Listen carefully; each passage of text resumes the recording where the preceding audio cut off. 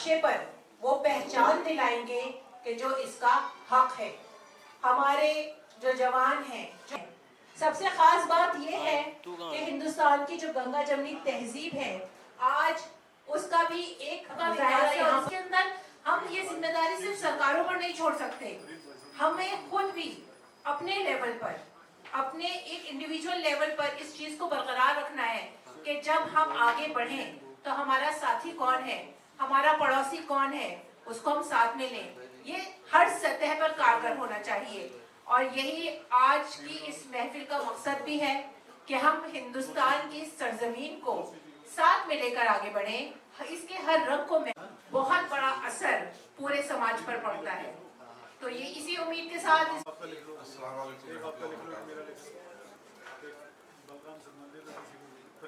मैं क्या बोलूं, क्योंकि राजनीति में हम लोग बोलते हैं,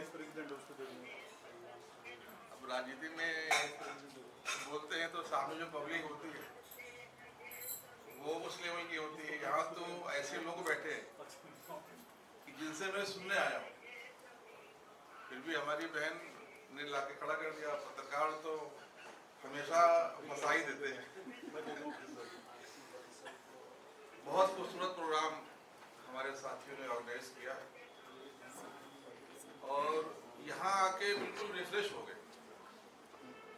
जैसे जब मोबाइल फोन हैंग हो जाता है तो उसको फास्ट चलाने के लिए रिफ्रेश करना होता है, वैसे आज हमारे साथियों ने यहाँ बुलाकर और आप सबसे मुलाकात करवा के रिफ्रेश जरूर कर दिया है, जिससे आगे हम और स्पीड से काम कर सकें। क्योंकि शहीदों के बारे में बात हो रही है, हमारे पत्रकार साथियों ने प्रोग्राम को ऑर्गेनाइज किया है,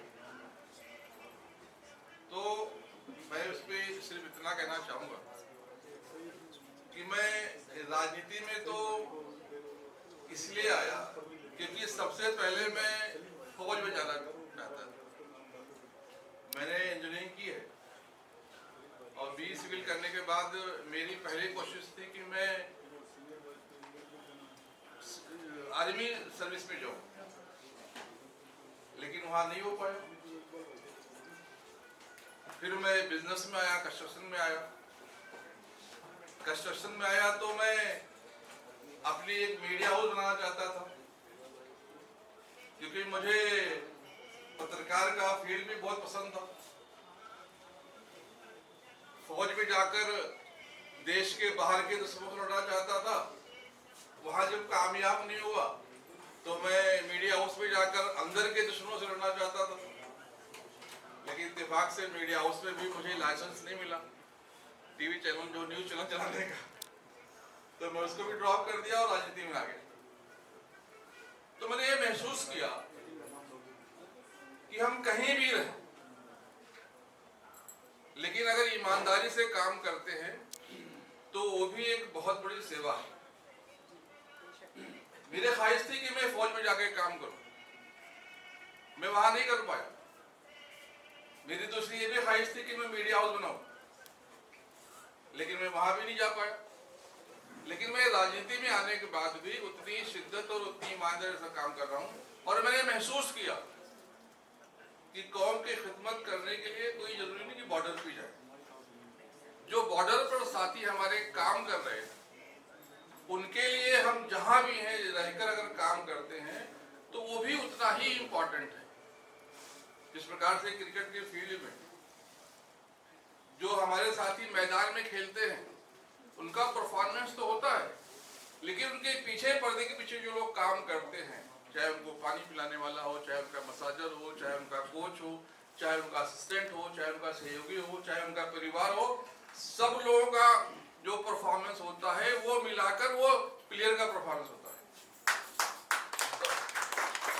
यहाँ पे हम लोग जो जमा हैं सभी लोग अच्छा काम कर रहे हैं, माशाल्लाह बहुत अच्छा काम कर रहे हैं,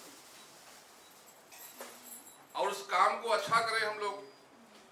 इसके लिए जो आज कोशिश हुई यहाँ पर, ये भी बहुत सराहनीय है। ऐसी कोशिशें होनी चाहिए और इस कोशिश में हमारे इरफान भाई ने बहुत अहम भूमिका अदा की है। वैसे इरफान भाई जो है इनकी सारी जो आइडियाज हैं इनको पेटेंट करा लेना चाहिए। ये बहुत खूबसूरत आइडिया निकालते हैं। तो इरफान भाई, मैं तो आपसे गुजारिश करूंगा, आपका मैं ध्यान चाहूंगा कि मेरे लिए भी ऐसी दावत करें जो हमारे साथी वहां पर हैं, क्योंकि बहुत सारी चीजें ऐसी होती है कि आपके मन में होता है लेकिन आपको करना नहीं आता है। तो मैं आपसे गुजारिश करूंगा कि कोई एक दिन आप मेरे लिए भी ऐसी दावत अरेंज कर दें, मुझे भी उसका जो है सवाब और उसका जो है फैज पाने का मौका दें। बहुत अच्छा आज ऑर्गेनाइज किया आप लोगों ने, और आप सबने बहुत अपना कीमती समय निकाल कर यहाँ पर आए। आप सबसे मुलाकात करके मुझे बहुत अच्छा लगा, और इंशाल्लाह हम सब लोग मिलकर अपने मुल्क के लिए, अपने लोगों के लिए, अपने समाज के लिए अच्छा काम करेंगे, और मिलजुल कर इंशाल्लाह हम सब लोग आगे बढ़ेंगे। मैं तो एक अदना सा कार्यकर्ता हूँ, लेकिन फिर भी जहाँ भी मेरी आवश्यकता पड़े और आप लोग आवाज़ देंगे तो इंशाल्लाह मैं खड़ा रहूँगा। बहुत बहुत शुक्रिया। Yes, saluting the people, the forces, the brave hearts. और इसलिए जो जनरली होता है कि एक फॉर्मेलिटी होती है वो, लेकिन ये जो फ्लावर्स देने का जो ये सिलसिला है, ये यहाँ पे कोई फॉर्मेलिटी नहीं है, क्योंकि हम जिनसे मोहब्बत करते हैं उनको दिल निकाल के नहीं दे सकते हैं। ये सिर्फ हनुमान जी ही कर सकते थे, और हमारी इतनी औकात नहीं है। तो इसलिए हम ये चाहते हैं कि अब वो एक रस्म जो अदा किया जाए ताकि लोग याद रखें। आई वुड रिक्वेस्ट फरीद भाई to give the bouquet to Jamal साहब। फरीद भाई एजुकेशन के मामले में बहुत ही बड़ा बुके थे। ठीक है सर।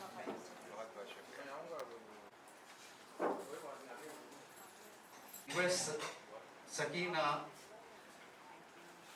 वो का हाथ दे के उनका फ्यूचर बताते हैं। गौशाला है इनका नॉर्थ ईस्ट में, and he has promised to वतन की खुशबू के नाम से एक अगरबत्ती, प्रीमियम क्वालिटी की अगरबत्ती लॉन्च किया जाएगा जो हर घर में होगा, और वो का सेना जब जाएंगे युद्ध में तो भी वो जला के प्रे करके जाएंगे, और हर SHO भी जलाएंगे, प्रार्थना करेंगे ताकि जल्दी से उनका ट्रांसफर पोस्टिंग ना हो। तो अच्छा से काम करें और पकड़े ना जाए। कोई झूठा भी फंसा देता है किसी पुलिस ऑफिसर को, तो इसलिए वो पूजा करेंगे लेकिन अगरबत्ती वही यूज करेंगे, वतन की खुशबू।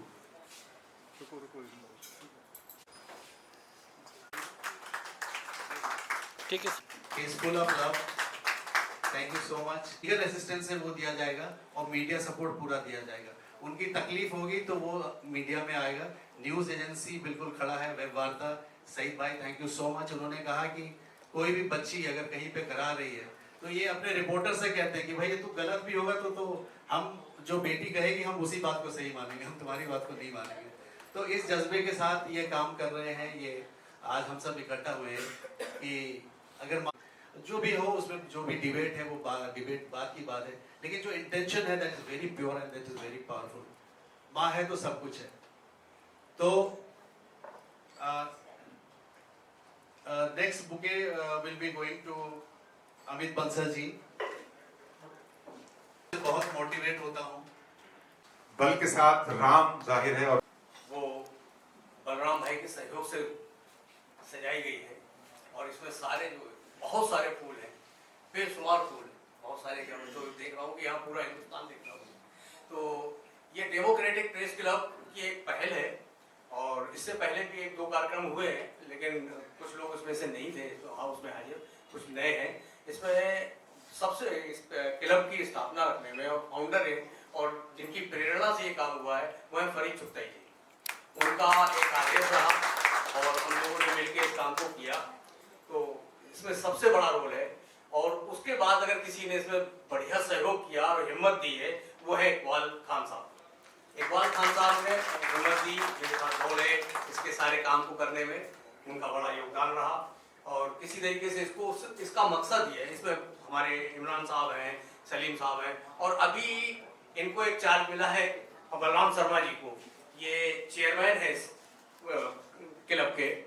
और इसमें मेरी ये बतलाना सिर्फ इतना है कि एक छोटा सा मोटा संगठन टाइप नहीं है। इसका सिस्टम ये है कि हम पत्रकारों की जिंदगी को और बेहतर कैसे कर सकें, क्योंकि उनके साथ जो भाग दौड़ है और इनकम के सोर्सेज जितने कम हैं, उसमें क्या रास्ता निकाल सके कि कम से कम वो रिलैक्स महसूस करें, उन्हें एक हिम्मत रहे, और उसके लिए किया गया। बहुत सारे पत्रकारों, कुछ लोग होते हैं बहुत हाई फाई पत्रकार होते हैं, उनका अपना सब कुछ सिस्टम होता है, सब अपनी अच्छी चीजें चल रही होती होंगी, लेकिन जिनकी नहीं चल पा रही है उनके लिए हम कहाँ मददगार साबित हो सकते हैं। वो किराए के मकान में है तो कैसे अपने मकान में पहुंच जाएं, उनके बच्चे अगर कहीं एडमिशन ठीक से नहीं हो पा रहा है तो क्यों, फिक्र तो उन्हें तो जमाने की है, बच्चों की फिक्र ही नहीं है।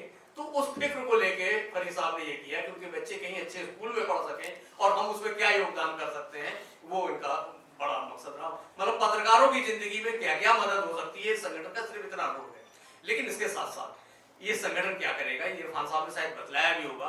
इसका अहम मकसद ये है कि हम देश की रक्षा करने वाले, देश के साथ खड़े रहने वाले लोगों की जो इज्जत करें, उनका हौसला बढ़ाएं, ये एक काम भी है। उसमें आर्मी भी है, उसमें नेवी के लोग भी हैं, उसमें वो सिपाही भी है जो मतलब रिक्शा चला रहा है, कि वो देश के लिए कहीं ना कहीं अपना योगदान दे रहा है। सिर्फ चोर को छोड़ के, हम चोर के साथ या अपराधी के साथ नहीं है किसी हाल में, बाकी सारे देश के साथ हैं सारी तरीके से। लेकिन इसमें अहम मकसद किस क्लब का ये है कि हम किसी तरीके से भी पत्रकारों की जिंदगी में बेहतर कोई रोल अदा कर सके।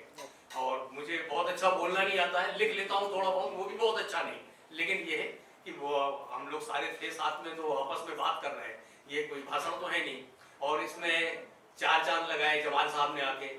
मैं जमाल साहब को इसलिए इज्जत नहीं देता कि वो एक पार्टी के राष्ट्रीय अध्यक्ष है, वो पार्टी जो सत्ता में है, मैं इसलिए इज्जत देता हूँ कि ये आदमी बहुत नेक है। इनसे जब पर्सनल में मिला हूँ तो मुझे लगा कि यार हकीकत ये है कि मैं राजनेताओं से बहुत अच्छा लगाव नहीं रखता। मतलब ठीक है देश के लोग हैं, काम करते हैं, देश के लिए काम करते हैं, सर ठीक है, रूटीन है, कोई बात नहीं। लेकिन जब इनसे मैं पर्सनल मिला तो मुझे लगा ये बहुत नेक आदमी है, बहुत अच्छे आदमी है। इनकी जब विचार सुने तो मुझे लगा बहुत बेहतर है। तो ये आम जैसे मेरी भावना रहती है ना, वो नहीं रही, फिर वो बदली। और मैं आज जमाल भाई के साथ हूँ, जमाल भाई हमारे साथ है। नहीं, ये बिल्कुल तारीफ के लायक नहीं है। इन्होंने इतना परेशान किया मुझे, इन्होंने इतना परेशान किया है मुझे इरफान साहब ने कि मैं बता नहीं सकता। इस कार्यक्रम को करने के लिए इरफान साहब का, शकील साहब का मैं दिल से शुक्रिया अदा करता हूँ कि सबसे बड़ा रोल किया। हमसे कुछ नहीं, हमसे सिर्फ एक आप बैठ जाइए, मैं अपने आप करता हूँ सारा अरेंजमेंट। और इरफान साहब और शकील साहब का धोखा बहुत बढ़िया रोल है। इसमें हमारे कुछ साथी हैं जो बिल्कुल ऐन वक्त पे आए और वो जो है उन्होंने कोई सहयोग नहीं किया, लेकिन आए। तारीफ करने की बात है। एहसास होना चाहिए कि यार काम उनका था। जब वो हमारे साथ हैं तो हम सबको खड़े मिलकर करना चाहिए। जिस कार्यक्रम में आप सबका विशेष सहयोग है, वहाँ मातृ शक्ति का विशेष सहयोग है। ये जो 2-3 लड़कियां सुबह कार्यक्रम शुरू होने से 2 घंटे पहले से खड़ी थी। हम इनका भी तय दिल से आभार व्यक्त करेंगे और हर सहयोग में आगे रही हैं। और बाकी तो सर आप जो यहाँ मेहमान है उसमें से 90% इन लड़कियों की वजह से है कि जिन लोगों ने इतनी मेहनत की, इन्होंने उनको कोऑर्डिनेट किया, सारी चीजें करती रही। इसमें से सकीना जी हैं, नाज जी हैं, फरीन हैं, अनीता जी हैं और रेनू जी तो हमारी मेहमान है। ये लोग हैं। यहाँ अजमत साहब हैं जो अभी क्लब से जुड़े हैं, इनके साथ जुड़े हैं अपने बलराम शर्मा जी के साथ। भाई परवीन जी बैठे हैं, हमारे भाई परवीन जी बैठे हैं, भाई परवीन जी बैठे हैं, काफी देर से शांत बैठे हैं क्योंकि वो सोच रहे हैं कि हमारा नाम नहीं लिया गया। भाई परवीन माफी चाहते हैं क्योंकि कार्यक्रम ऐसा चल जाता है और कुछ लोग अपने को याद नहीं करते, लेकिन चेहरा देखने के बाद सब ठीक होते हैं।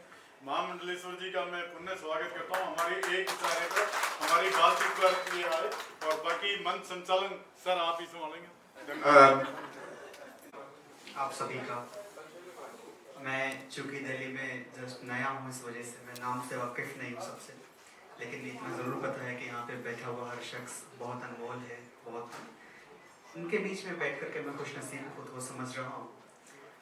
हमारे नाम ये सहबा व जाम हो जाए, अगर वो कर दे इशारा तो काम हो जाए। हमारे नाम ये सहबा व जाम हो जाए, अगर वो कर दे इशारा तो काम हो जाए। इसी ललक में सजाया है इश्क की महफिल, कभी कबूल हमारा सलाम हो जाए। अस्सलाम वालेकुम टू एवरीवन। बहुत बहुत खुशी हुई मिलकर के आप सबसे, खासकर यहाँ पे जितने भी नाम से मैं वाकिफ हूँ, इमरान भाई, सईद साहब और तमाम अहले अहिब्बा। सईद साहब भी उधर बैठे हुए हैं, बहुत बहुत शुक्रिया। सईद साहब ने एक बात कही कि बतौर मीडिया हम राजनीतिक लोगों से ज़्यादा रब्ता रखते नहीं है। सर मेरी दुआ है कि यही line Indian media, national media भी समझ ले तो बहुत होगा। मैं कोशिश करता हूँ कि कुछ अच्छा आपके दरमियान रख सकूँ, और मुझे इजाज़त है, एक बार ज़ोरदार तालियां यहाँ से वहाँ तक बजा दें, क्योंकि मुशायरे में कभी सम्मेलनों में पढ़ने का आदी हूँ। इस जगह पे मैं पहली बार हाजिर आया हूँ, मैं पेश करता हूँ।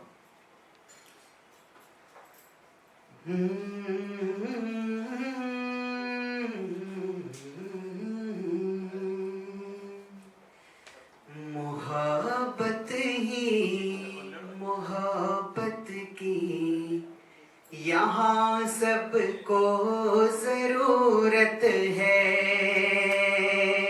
मोहब्बत ही मोहब्बत की यहाँ सबको ज़रूरत है।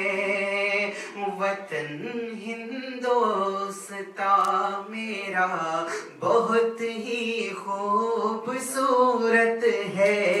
वतन हिंदोस्ता मेरा बहुत ही खूबसूरत है। और करो रोशन वतन का नाम तुम सारे ज़माने में। करो रोशन वतन का नाम तुम सारे ज़माने में। तुम्हें इस मुल्क को आगे बढ़ाने की ज़रूरत है। तुम्हें इस मुल्क को आगे बढ़ाने की ज़रूरत है। और अभी जस्ट मैं सुन रहा था कि सर इसके नाम से वाकिफ नहीं हूँ मैं, लेकिन अली साहब ने बताया कि इनके खानवादा से कम 150 से ज़ायद लोग वतन की फौज में रह चुके हैं। ये बहुत खुशनसीबी की बात है।